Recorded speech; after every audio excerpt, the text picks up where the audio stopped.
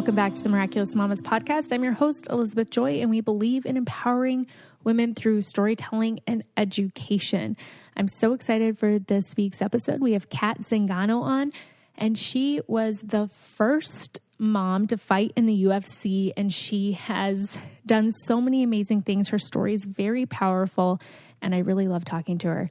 It makes me want to take a jiu-jitsu class, which I don't think that would be a pretty sight, but it was so much fun talking to her. I was like, oh my gosh, this lady is a beast. She trains so hardcore. She's so motivating. And I can't wait to continue to watch her in her career and in her fights and what she's doing. If you're listening, make sure that you're subscribed so you can stay along for all the changes that are going to be coming. You can stay updated on the episodes that are going to be released. Follow us on Instagram and join our Miraculous Mamas Facebook group. It's called Miraculous Mamas by Elizabeth Joy. And if you didn't listen to last week's episode, we had Corey Robertson on, and it was such a great episode. She is from the Duck Dynasty, but we dive into family, into faith, and then adoption, which always gets me going. Every single time I talk to somebody about adoption, I'm like, Vito, we have to adopt all of the babies in the world. And it's awesome when I hear those stories. I feel like if you have a heart for adoption or wanting to help kids, that you should just really pursue that and look into ways to maybe get involved in fostering in your area. I, again, am excited for this episode, so we're going to go ahead and dive into it. All right, everyone. I have Kat Zingano here, and I'm super excited to talk to her. Fun fact about my family that you guys may not know is that every single weekend we have fighting on in our house. So I've been watching her fight for a really long time, so I'm super excited to be interviewing her today. She was the first mom, I believe, in the UFC to be fighting, just kind of setting the stage and overcoming a lot of obstacles.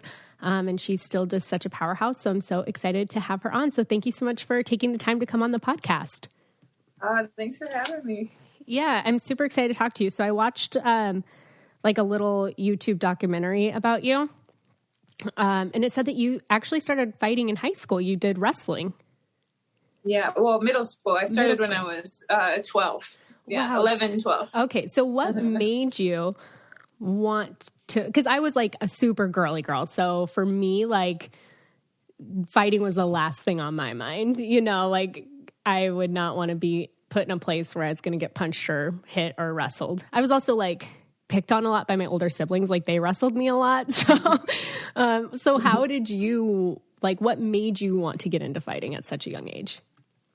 I was very much a tomboy, but I still was really wanted to be soft and sensitive, but like I wanted to climb the trees. I wanted to be in the dirt. Like I wanted to play with the animals. Like I was just always into something and like curious, with everything outside. My parents were very much like a go outside and play family. And, I just really got into sports, and like I was kind of a quiet kid. Like it wasn't the easiest for me to talk to everyone. Like once I got comfortable, like good luck shutting me up. But sports was like a big outlet for me, and like it was a big place for me to go be loud just through my movement and be creative and find close friends and teammates. And my growing up, there was like, I don't know, I didn't always feel the best at home. Like, my parents fought a lot, and,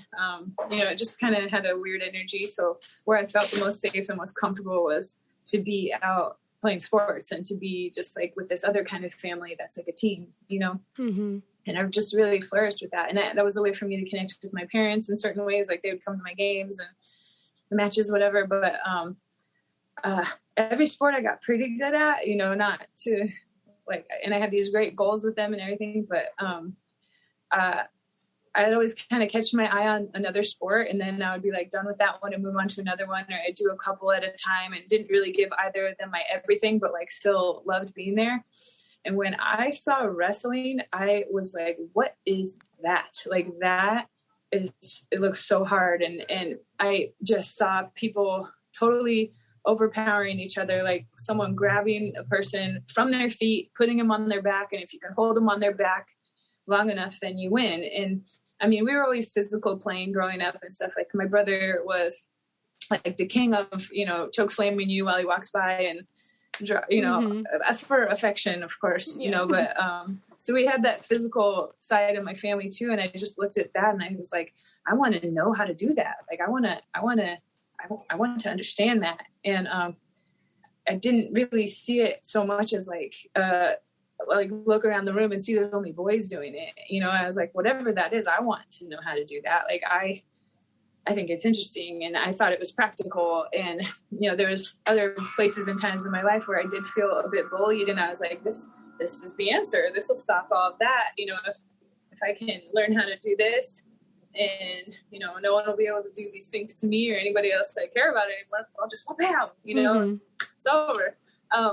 So I joined the wrestling team. I knew one of the coaches really well. He was just like a super awesome man named John Zadigan, and he was like the cafeteria buster. Like, they'd walk around and make sure everyone's behaving, and you know, he was just a nice guy and invested in me, and we always talked and played. And he was like, you should come, you should try wrestling. And I was like, oh my God, I don't know. But a bunch of things led me in to go look, and I saw it, and I was like, I really do want to know. Like, I really want to know. So I went to some practices, and I got it. Like, I picked it up, and I felt like all the other sports that I had done, like, totally contributed to like having what I needed for that.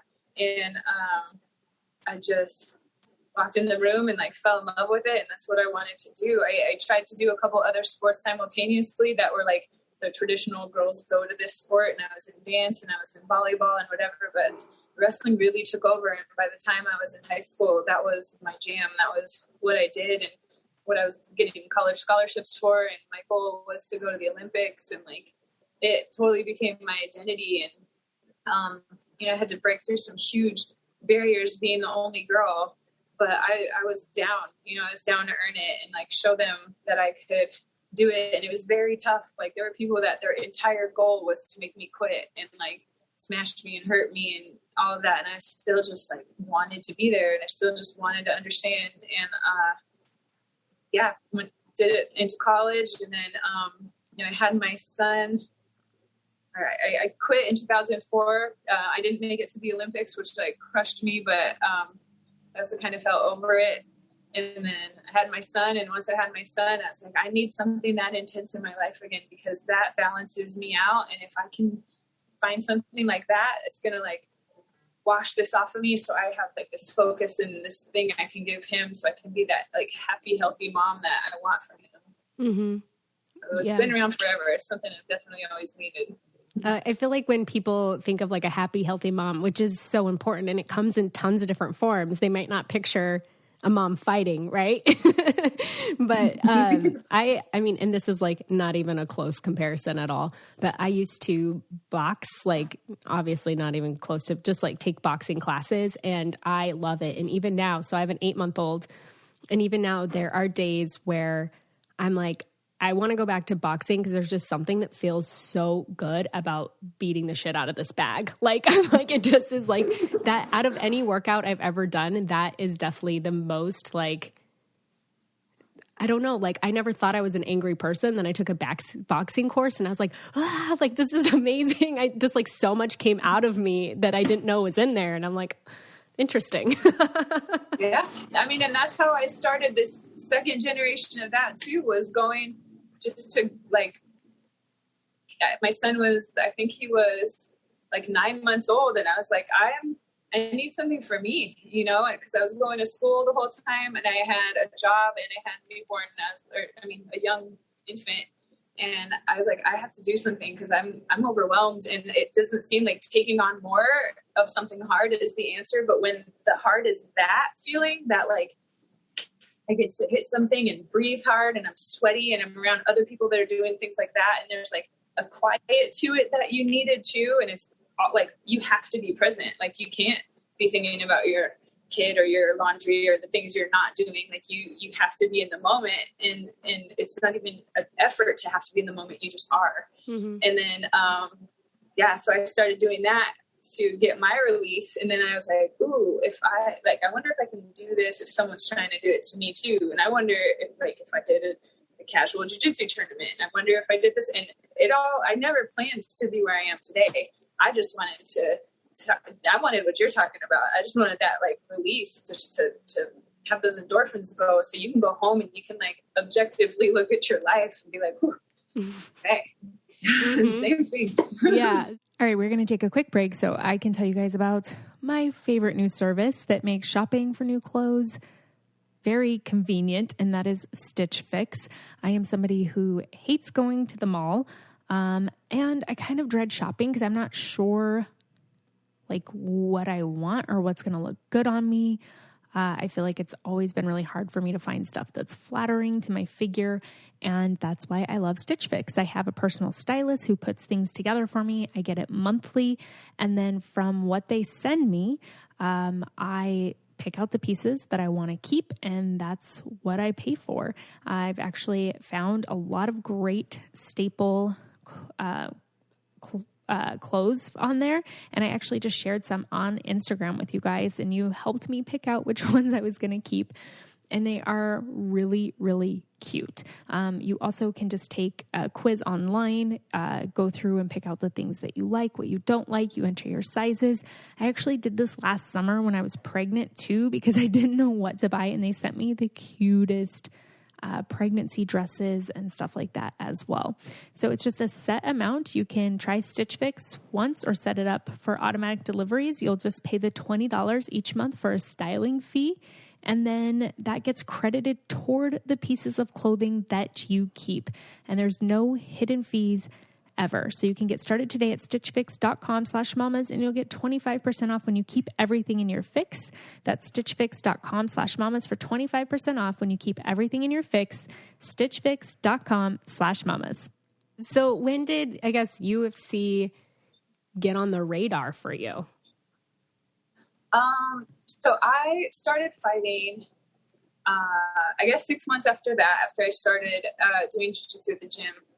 Because I learned all these moves. You know, I had done wrestling, and wrestling was this great base, but jiu-jitsu is like submissions and like joint manipulations and ways to win without it being like you've just pinned someone. Like you have to make them say uncle, essentially. And also, meanwhile, simultaneously not having them make you say uncle. So it was like this really good, healthy challenge. And but I wanted to see outside of a gym setting, like, if I could still do these things that I learned against somebody that was like really, really trying to do it to me. So I'd done some jiu-jitsu tournaments, but then when MMA was an option, I really wanted to try that. And not because I wanted to like get hit or hit anyone. It was more still on the jiu-jitsu side, where it was like, if they're trying to hit me and they're trying to do this and that, can I still like wrestle them down and get these arm bars or get these chokes or do whatever, like really more of a self-defense piece.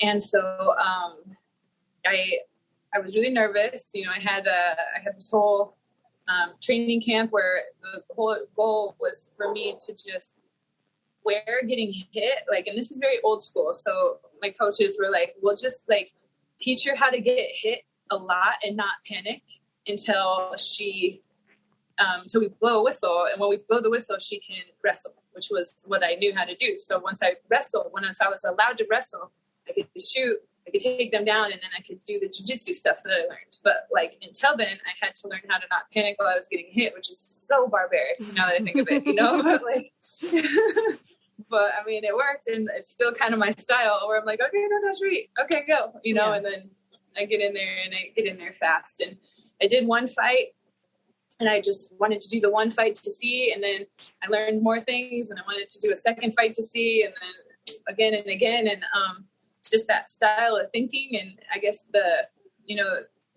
way that I fought and the way that I was, you know, at being an athlete at it, it got me put on the radar, you know, and all of a sudden I was getting ranked, and all of a sudden my name was in the news, and it just kind of started to happen. And then I just embraced it, where I was like, okay, well, who's out there? Who are these people that I should want to fight and that I should want to beat, and how are they doing, and what are they accomplishing? And all of a sudden those people became my rivals, you know, and it evened out in was it 2012 or 2013? the UFC decided to allow women into the octagon, where it had always been men before. And Dana White had been fighting it, saying women will never be in there. Like, they can't.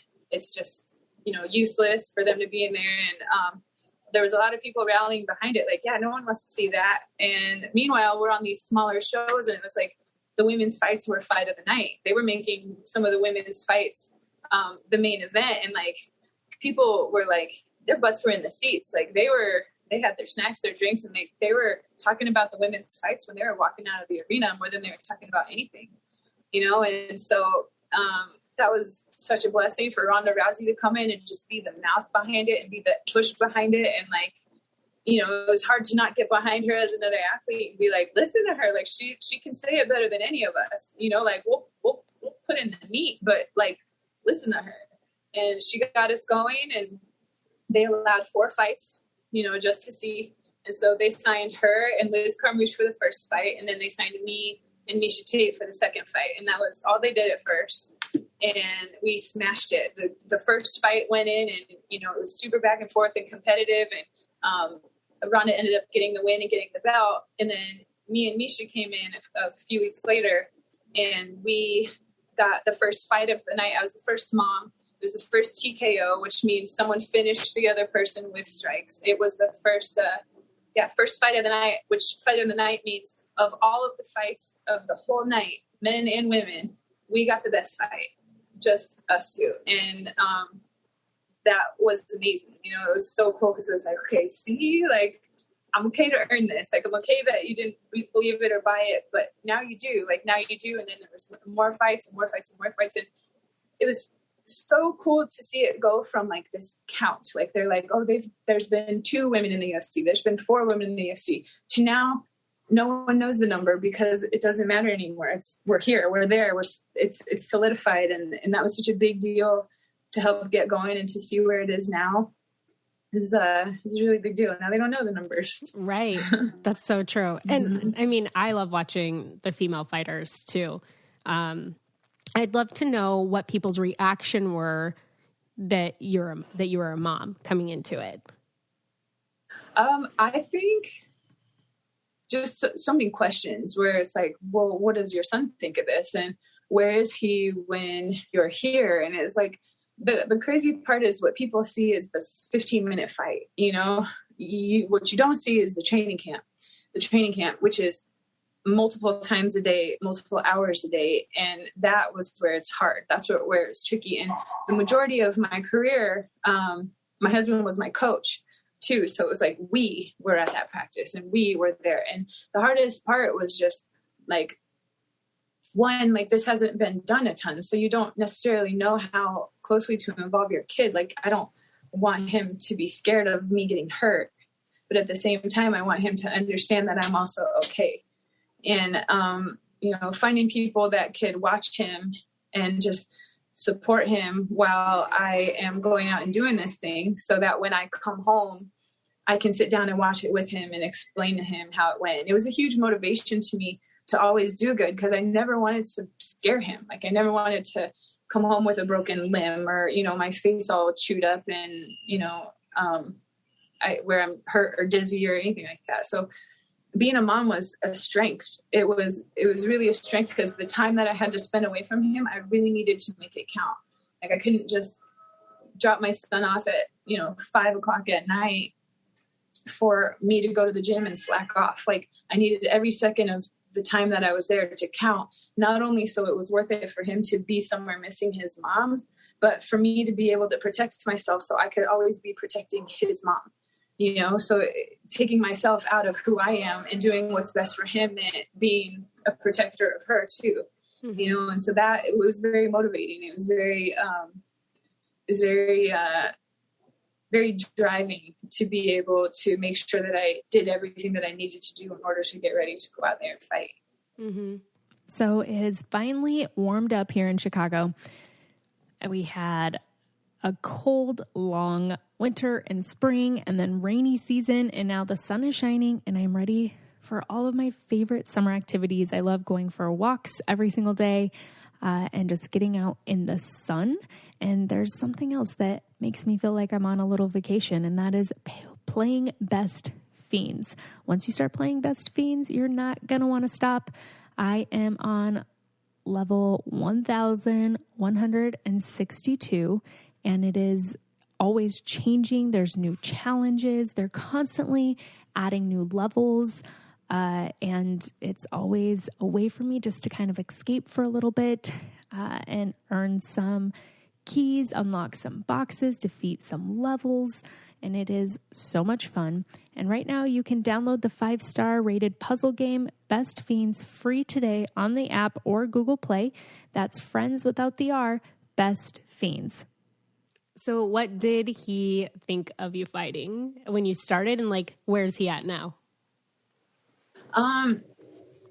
Yeah, it's all over the place. I think on one level, like, to be honest, like it's a tricky situation, I think, for him to understand, because on one hand, it's my job, and I have, especially in those weeks that I have to be so like scheduled and routine and tired and eat certain ways and sleep certain ways, and like it's such a regimen that you cannot like fall off of at all, because it affects you the next day or the next day if you don't sleep right this day, or if you don't eat right this day, or you don't, it affects your weight, it affects your performance. If you mess up on a Monday, you have a whole rest of the week that you got to get through in order, or before you have a rest day again. And like, so it is hard, because you do have to be selfish, and being selfish as a parent sucks. Like, it sucks to put you first, even if it's only for, 6 weeks at a time on that. And like, they're still there, and they're still every bit part of it, but you also need to like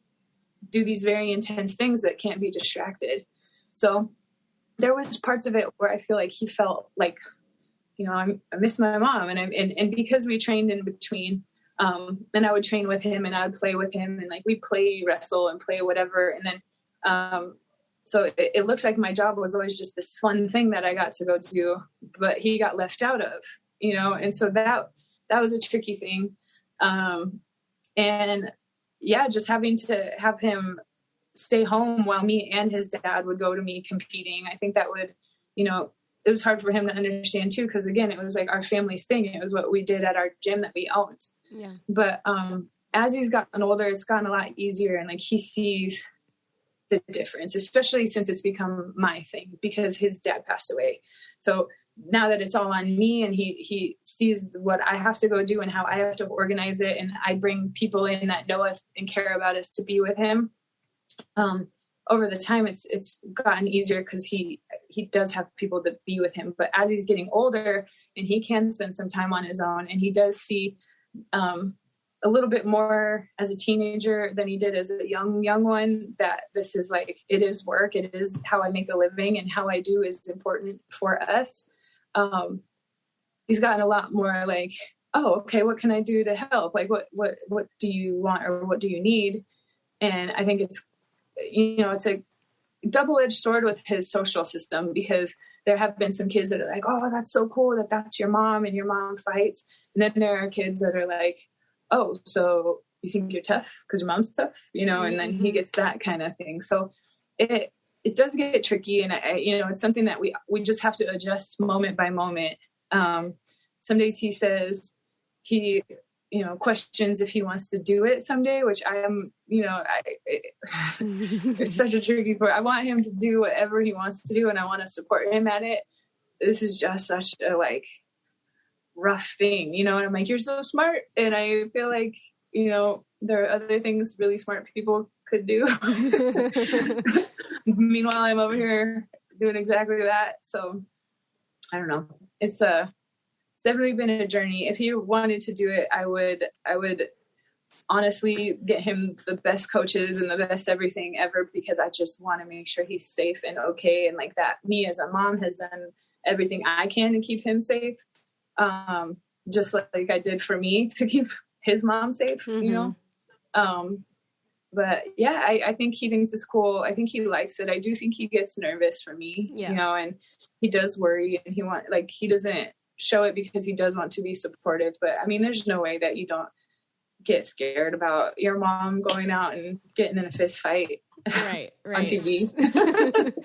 Well, like everything that you're describing though, I mean, it's kind of like the behind the scenes, right? So people see you in a fight and it only lasts so long, but you're training and working and doing so much to prepare for that. And you get like little glimpses of it on the show, but still it's like, it doesn't seem like very much. Whereas like, even when you're not training, there's still like things I'm sure that you do to make sure you're just not like falling completely off. So it just sounds like it's like this crazy, like more than a full-time job.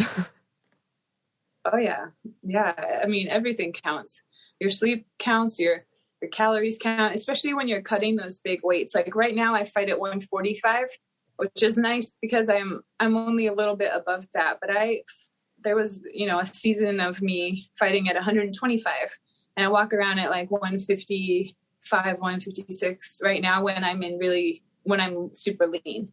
So, I can get up to almost 170 and my weight class was 135. And that means every single calorie that goes into your body matters. And every single day you need to depend on this certain amount of work that you do that's going to burn that. And then how you replenish that needs to be by a certain time in order for your metabolism to do this certain thing. And it's like this whole science that goes into making sure that week that you go to compete, that you're as light as possible, but still as strong as possible. So when you do go in, it's like optimal considering what you just asked of your body. And that takes a lot of attention too, and that's definitely not eating pizza with your kid. That's definitely not enjoying going out for ice cream and you even putting a spoonful in your mouth. And they don't always understand that.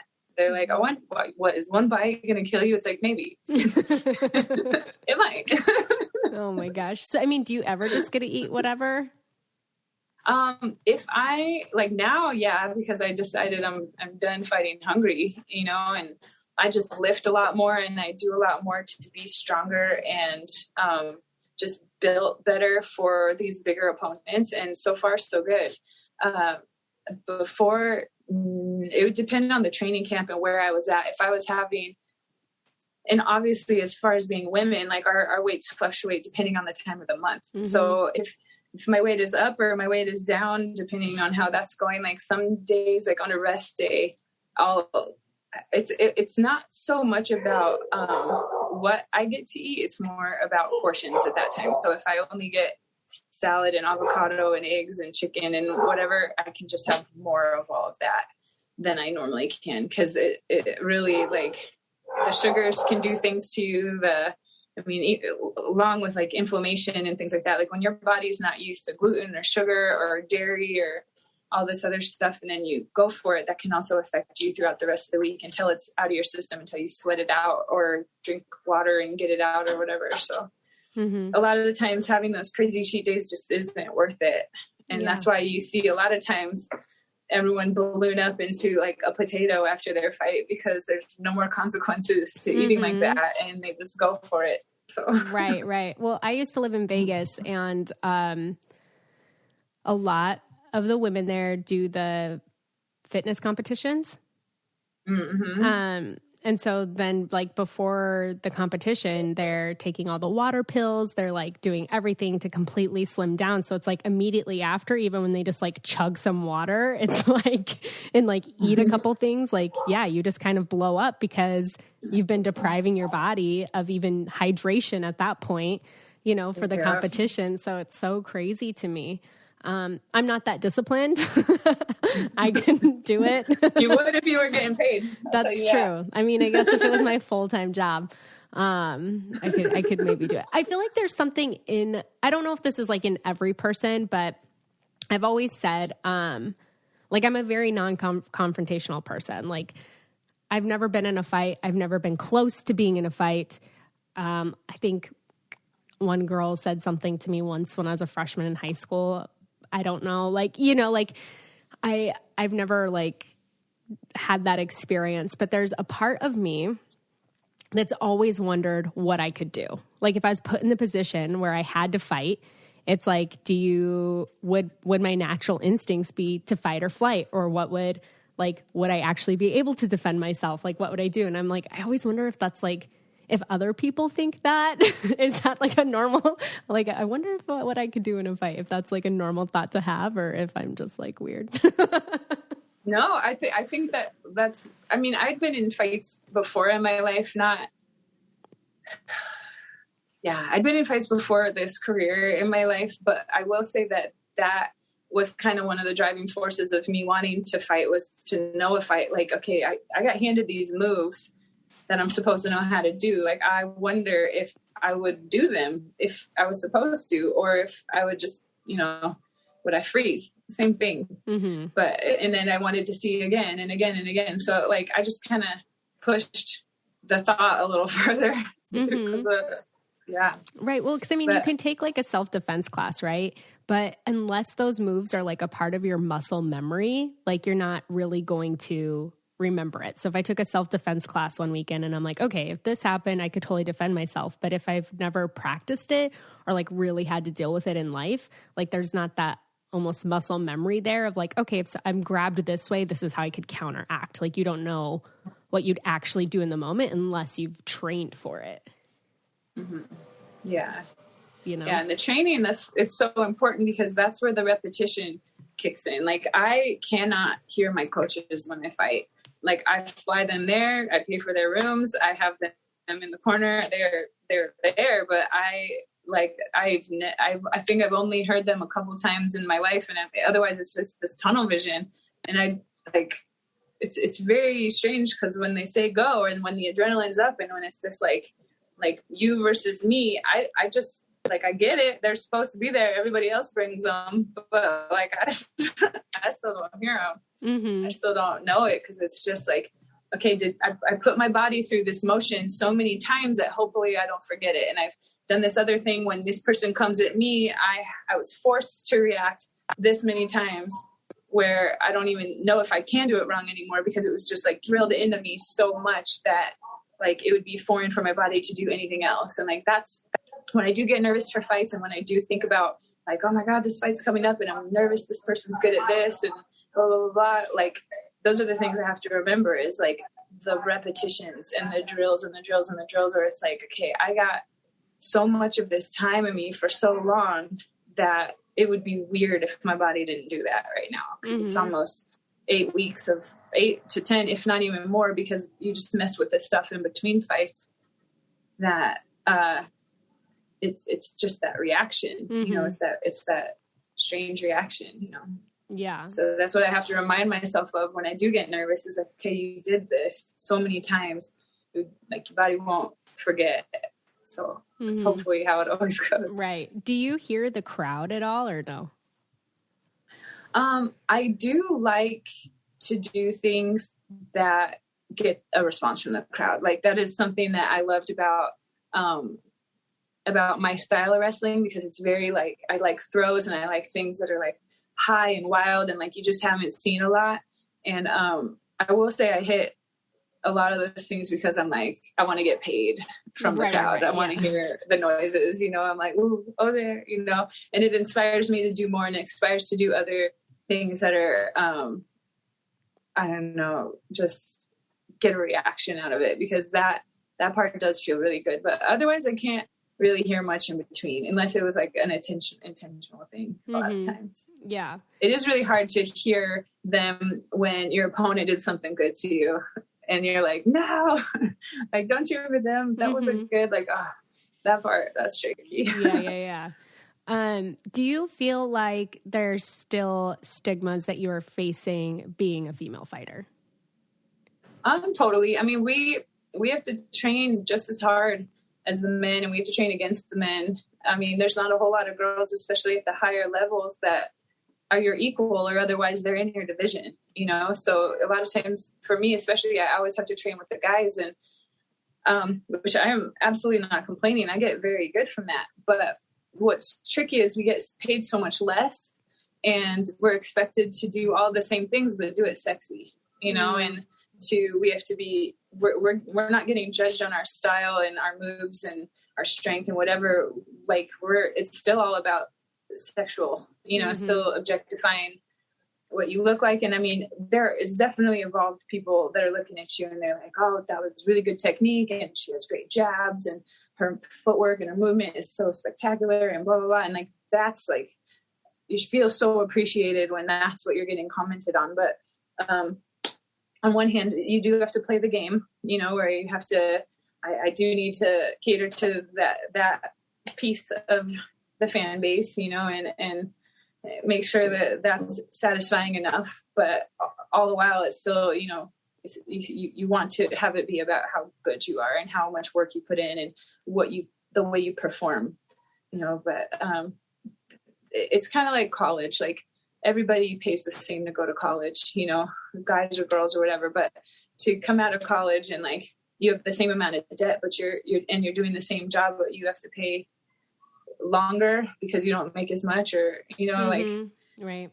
That part's hard, especially in this sport where so many people are like adoring the women fights, you know, and it's so, it is equal. It is even, you know, it is, you know, and a lot of times people like the women's fights even more, but we still are the ones getting paid the least. So that gets tricky. Yeah. I mean, I definitely like the women's fights more now, you know. I feel like, I mean, when did I first start watching UFC? It was quite a while ago, but I didn't watch it like, not just UFC, but just like all fighting, like more recently. I'd say like in the last couple years, it's been like more consistent.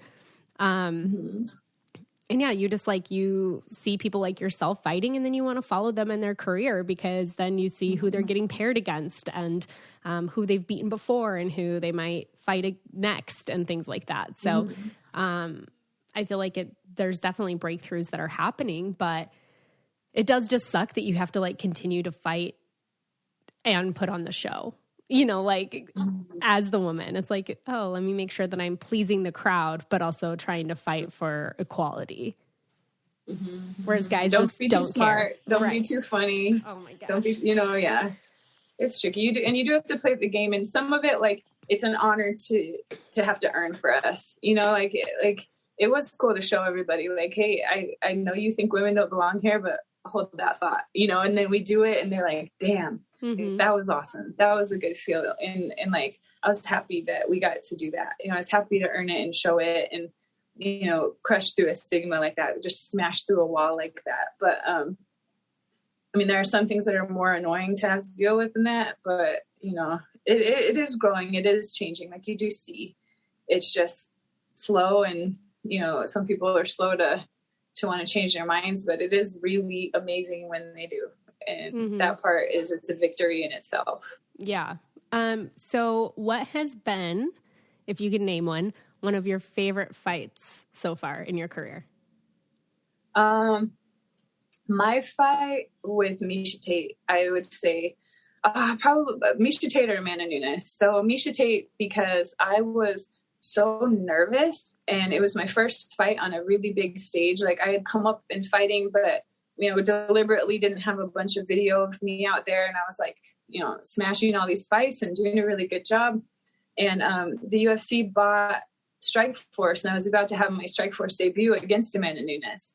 And I did this whole training camp, and they pulled the fight right like a week before. And especially being a mom, especially all the sacrifices you have to make in order to get ready for a fight and to not fight, it was just like you didn't ever get to come up for air. Like, you just were drowning the whole time, and you're ready to come up for air because the fight's over. And like, it felt like for nothing. So I searched around when they pulled that fight. I asked, I got a fight on Invicta with Raquel Pennington, and I was able to fight her and beat her. And she ended up getting signed with the UFC later.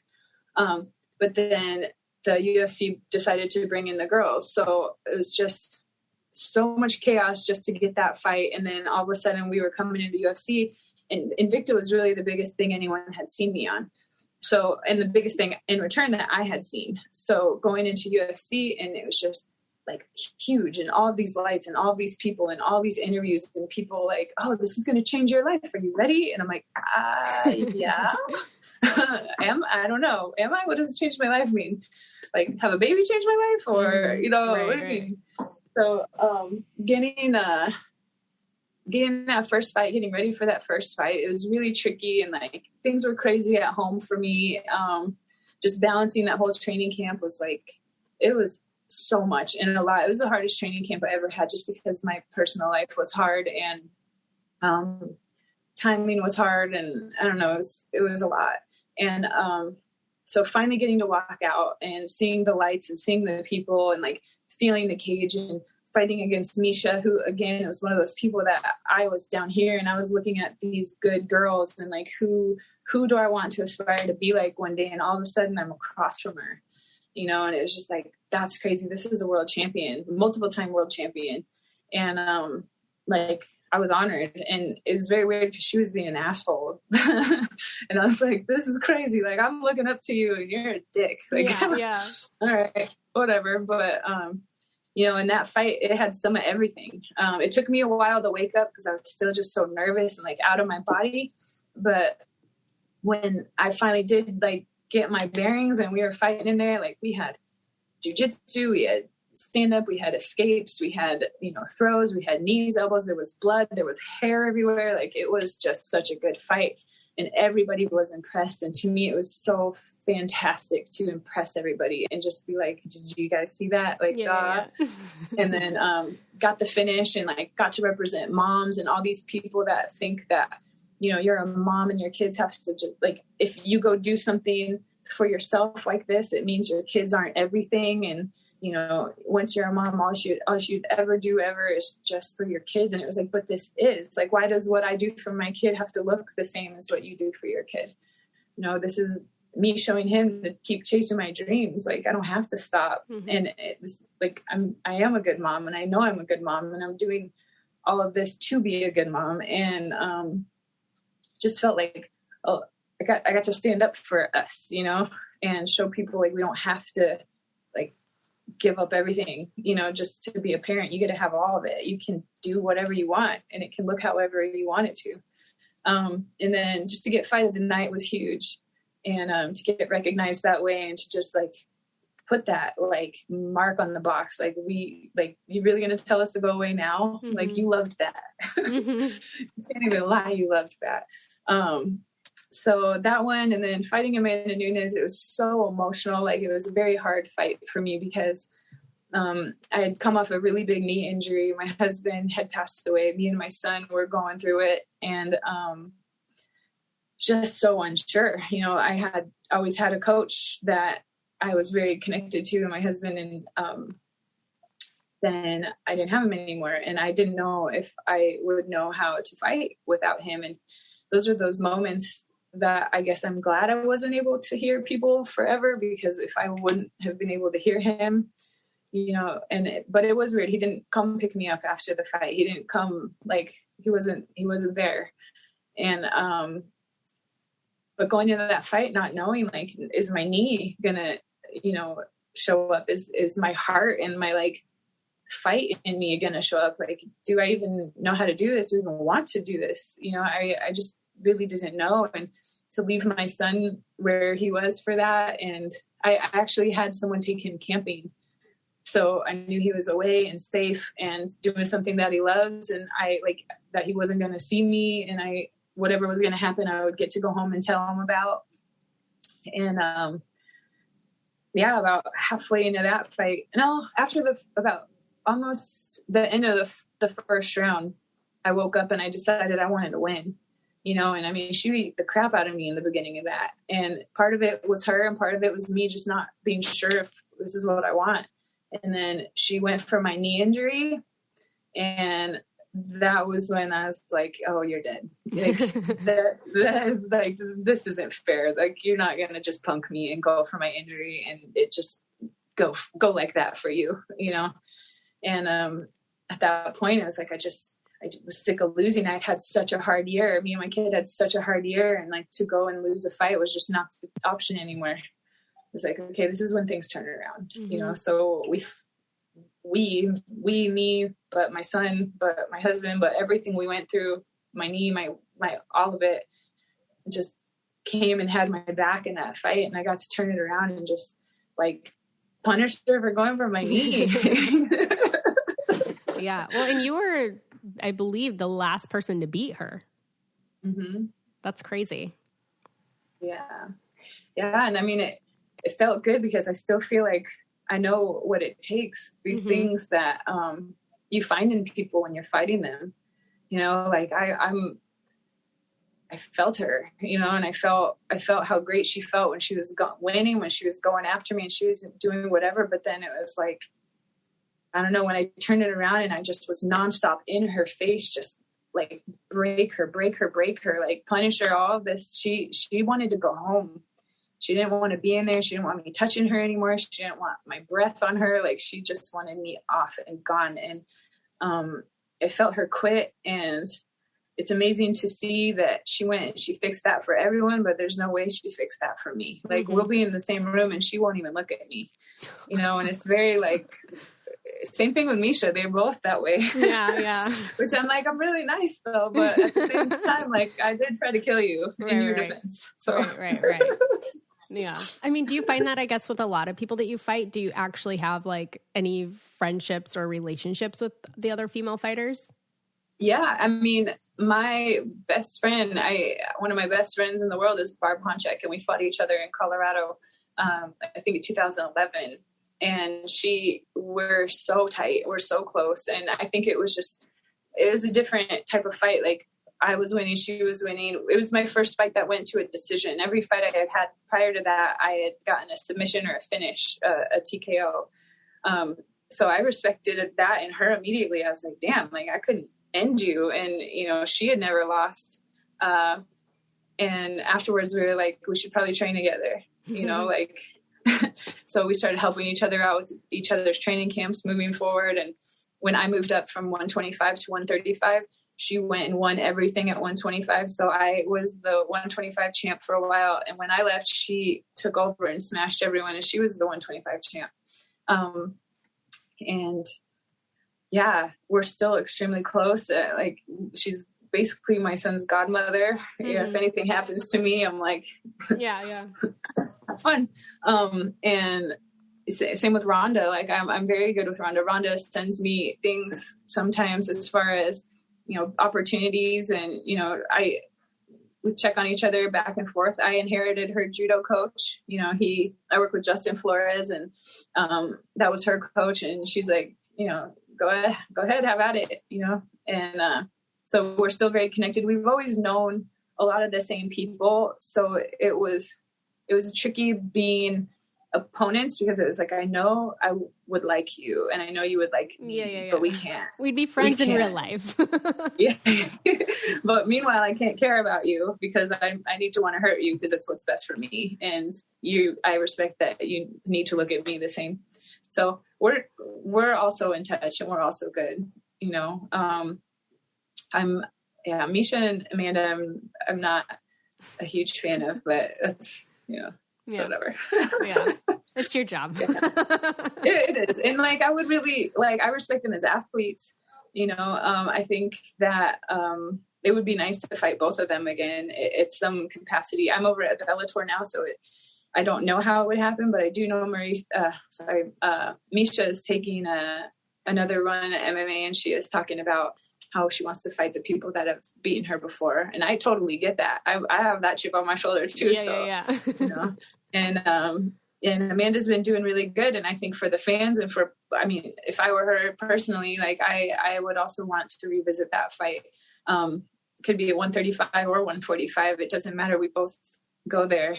So, but there's a lot of logistics that would go into that just because I'm over at a different promotion now that I'm happy with. So we have to see. Yeah. Mm-hmm. Good. Yeah, that'd be so interesting. Do you get a little nervous though, thinking about like refighting people that you've already beat, like the potential of like maybe losing to them? And it's like, well, I already beat them. So.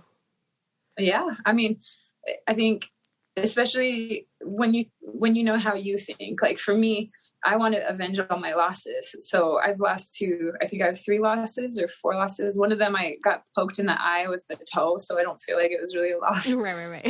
It was just a circumstance that got me a loss. I like would love to do all of those over, especially when you think of what was going on in your life at the time and like things that you would change that you didn't or couldn't change at the time that could have affected that fight.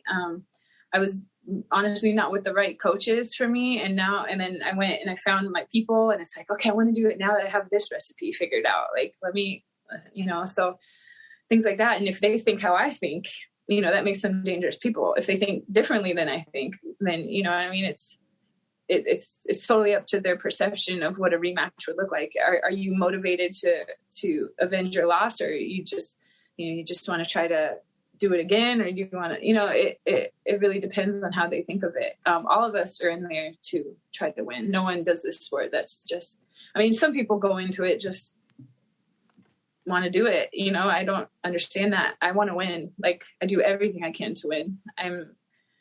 But yeah, those, they're dangerous fights, but it's still, it ties up a story that is otherwise sitting here unfinished and unwritten, failing, Yeah. Mm-hmm. Yeah.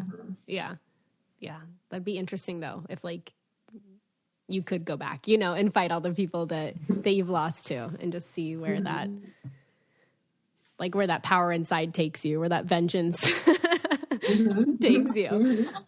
So what is next for you? I just fought a month ago, I think 2 days ago was a month. And I got a fast finish over in Bellator. It felt really good. Like I said, I have this awesome recipe of these coaches and this situation. And like, even with my son's age, like it's just so much easier now. I get to do and be, all the things that I always wanted. So I feel really good.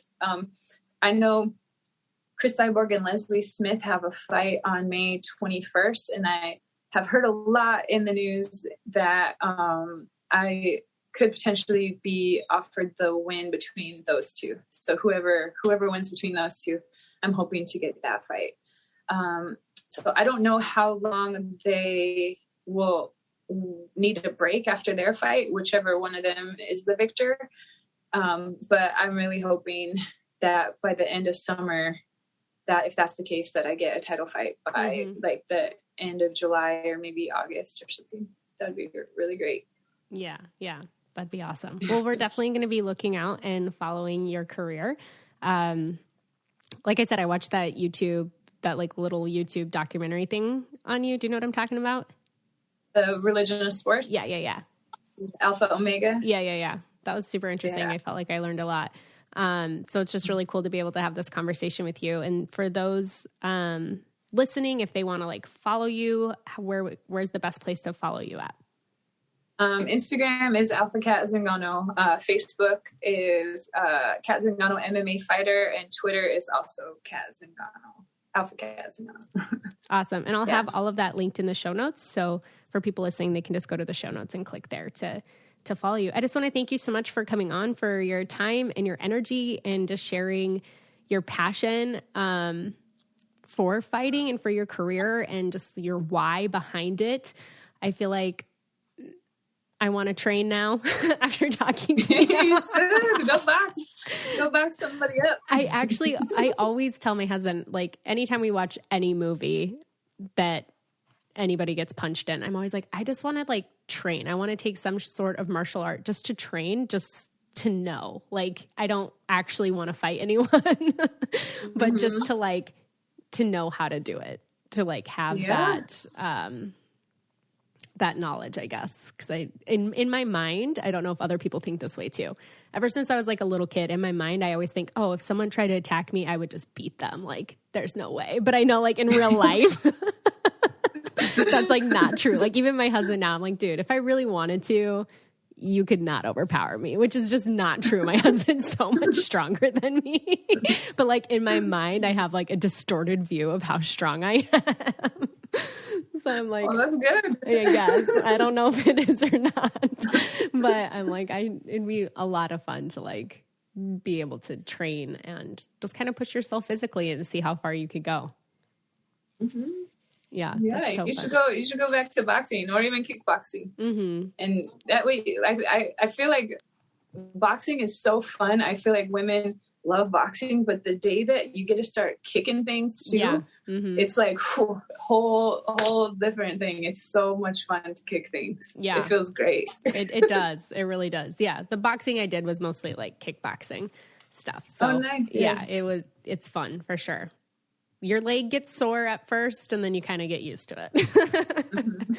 But yeah, it does feel really good. Again, I just want to thank you so much for taking the time to come on. And I look forward to hopefully seeing a fight at the end of summer. Awesome. All right. Thanks for having me on, Mama. All right. I hope you enjoyed that episode. I used to take boxing classes and now I feel like I need to sign up for another one just to, beat up a bag, throw some kicks in. Because I feel like every time I watch those fights, Vito makes fun of me because I'm like, he said that I say, oh, I could do that, but I actually really don't say that. I say that when I watch movies. When we watch movies together and somebody's like being all stealthy and doing stuff, I'm like, oh, I can totally do that. Although I obviously know in my mind that I can't. But it would be really fun to train at a high level and just kind of see what you're made of. I feel like that's awesome for the people that are able to do that. But I should definitely sign up for a boxing class again or something. Make sure that you guys continue to follow Kat in her journey on Instagram and her fights with Bellator. I want to see if she's able to take on any of those matches that she said that she would like to kind of do, or people she'd like to refight. That would be really, really interesting. You guys, we are officially in July. If you listen to the Long Haul podcast, you know that we are doing the July on Top of Me challenge. So you guys can check out those episodes too and join us in that if that is something that you are interested in. We are going to be doing it and giving you guys what we feel is kind of like the purpose behind it and our intentions with it and what comes up for us in it. So make sure you guys are following along there as well. And I cannot believe that this year is already halfway over. Jovi's 10 months old and I feel like that's wild. I'm trying to plan her first birthday and I'm definitely one of those people that I feel like I start planning things months in advance and then I like save everything to the week of. So I have all of the ideas of exactly what I want in my mind.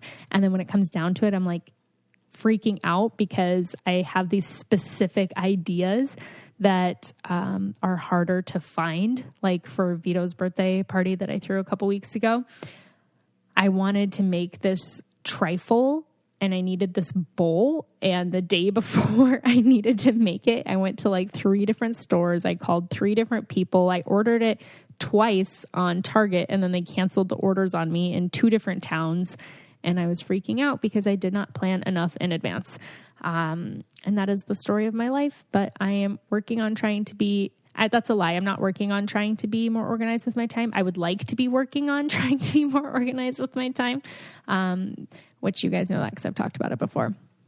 But reach out to me. Let me know who you guys want to hear from on here. Let me know what topics you want to discuss, guests you want on, and just you can DM me at esandos or email me at elizabeth@elizabethjoy.co and let me know your podcast guest ideas. All right. Love you guys. Talk to you soon. If you want to be the most interesting person at the cocktail party, well, hop on over and listen to the Brain Candy podcast. Our award-winning content will have you laughing while you're learning. We read all the best articles, books, and studies and keep up with new TV shows, documentaries, and pop culture. And then we cram it all into 2 shows a week. Conspiracy theories, cannibal rabbits, unsolved mysteries, the history of the Walkman. There's something for everyone. The Brain Candy podcast. Find our link in the show notes. Or simply search for the Brain Candy podcast on your podcast app.